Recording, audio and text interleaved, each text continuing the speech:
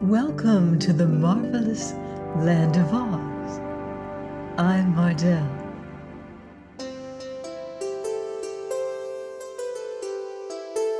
Reading The Patchwork Girl of Oz by L. Frank Baum.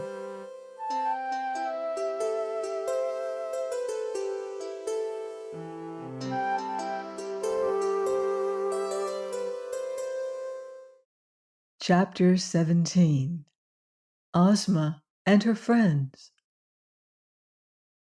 The Shaggy Man had a room of his own in the royal palace, so there he went to change his shaggy suit of clothes for another just as shaggy, but not so dusty from travel. He selected a costume of pea green and pink satin and velvet, with embroidered shags on all the edges and iridescent pearls for ornaments. Then he bathed in an alabaster pool and brushed his shaggy hair and whiskers the wrong way to make them still more shaggy. This accomplished, and arrayed in his splendid shaggy garments, he went to Ozma's banquet hall and found the Scarecrow, the Wizard, and Dorothy already assembled there. The Scarecrow had made a quick trip and returned to the Emerald City with his left ear freshly painted. A moment later, while they all stood in waiting, a servant threw open a door, the orchestra struck up a tune, and Ozma of Oz entered. Much has been told and written concerning the beauty of person and character of this sweet girl ruler of the land of Oz, the richest, the happiest, and most delightful fairyland of which we have any knowledge. Yet with all her queenly qualities, Ozma was a real girl and enjoyed the things in life that other real girls enjoy. When she sat on her splendid emerald throne in the great throne room of her palace, and made laws, and settled disputes, and tried to keep all her subjects happy and contented, she was as dignified and demure as any queen might be. But when she had thrown aside her jeweled robe of state and her scepter, and had retired to her private apartments, the girl, joyous, light-hearted, and free, replaced the sedate ruler. In the banquet hall tonight were gathered only old and trusted friends, so here Ozma was herself, a mere girl. She greeted Dorothy with a kiss, the Shaggy Man with a smile, the little old wizard with a friendly handshake, and then she pressed the Scarecrow's stuffed arm and cried merrily, "What a lovely left ear! Why, it's 100 times better than the old one." "I'm glad you like it," replied the Scarecrow, well pleased. "Ginger did a neat job, didn't she? And my hearing is now perfect. Isn't it wonderful what a little paint will do, if it's properly applied?" "It really is wonderful," she agreed, as they all took their seats. "But this Sawhorse must have made his legs twinkle to have carried you so far in one day. I didn't expect you back before tomorrow at the earliest." "Well," said the Scarecrow, "I met a charming girl on the road and wanted to see more of her, so I hurried back." Ozma laughed. "I know," she returned. "It's the Patchwork Girl. She is certainly bewildering, if not strictly beautiful." "Have you seen her, then?" the straw man eagerly asked. "Only in my magic picture, which shows me all scenes of interest in the land of Oz." "I fear the picture didn't do her justice," said the Scarecrow. "It seemed to me that nothing could be more gorgeous," declared Ozma.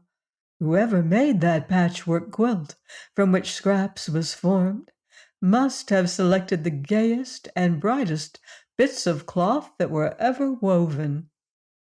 "I'm glad you like her," said the Scarecrow in a satisfied tone, although the straw man did not eat, not being made so he could. He often dined with Ozma and her companions merely for the pleasure of talking with them. He sat at the table and had a napkin and plate, but the servants knew better than to offer him food. After a little while he asked, "Where is the Patchwork Girl now?" "In my room," replied Dorothy.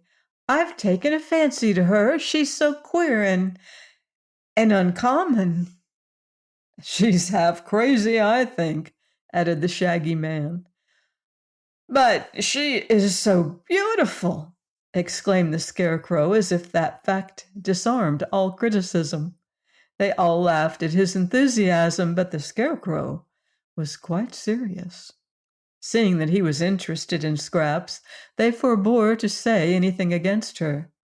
The little band of friends Ozma had gathered around her was so quaintly assorted that much care must be exercised to avoid hurting their feelings or making any one of them unhappy. It was this considerate kindness that held them close friends and enabled them to enjoy one another's society. Another thing they avoided was conversing on unpleasant subjects, and for that reason Ojo and his troubles were not mentioned during the dinner. The Shaggy Man, however, related his adventures with the monstrous plants, which had seized and enfolded the travelers, and told how he had robbed Chiss, the giant porcupine, of the quills which it was accustomed to throw at people.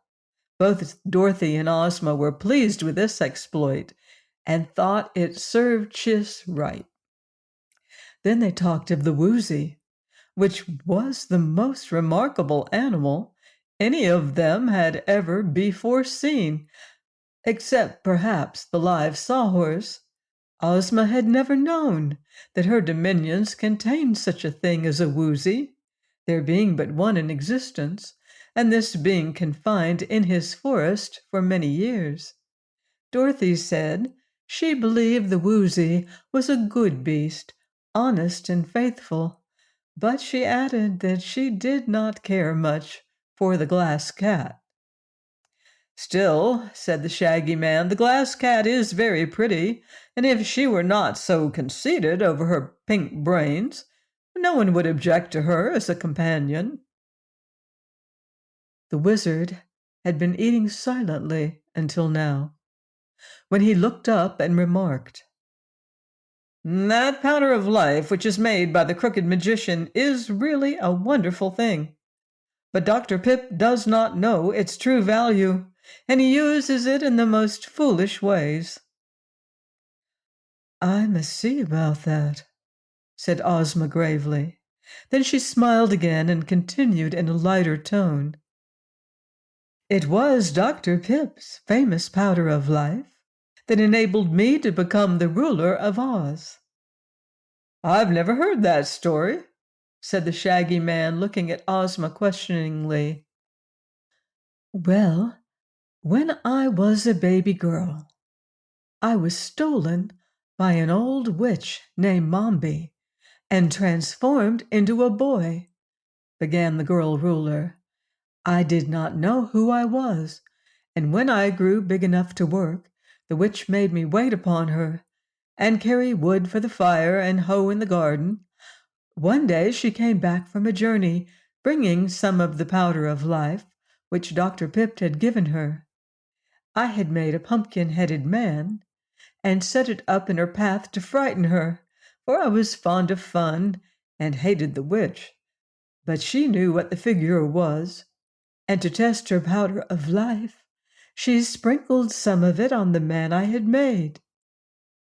It came to life and is now our dear friend Jack Pumpkinhead.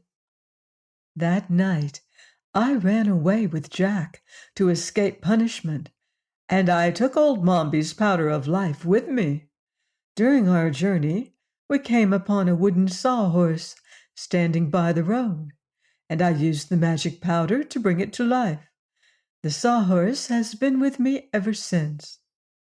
When I got to the Emerald City, the good sorceress Glinda knew who I was and restored me to my proper person when I became the rightful ruler of this land.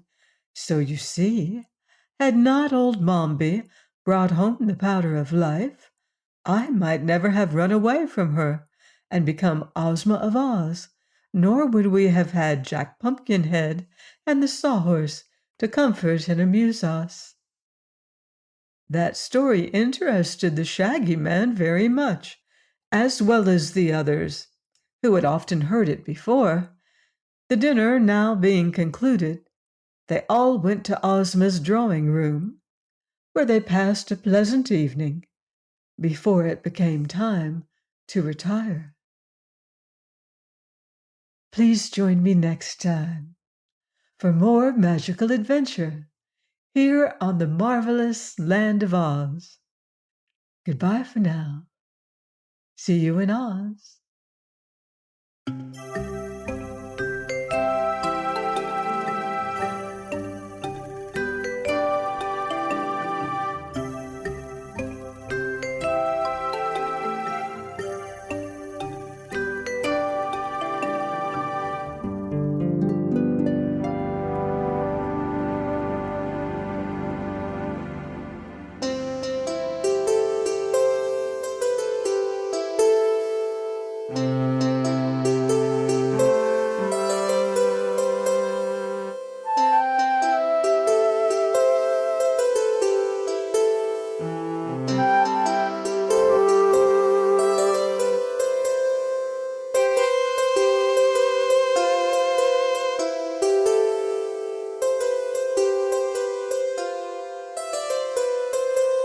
Thank you.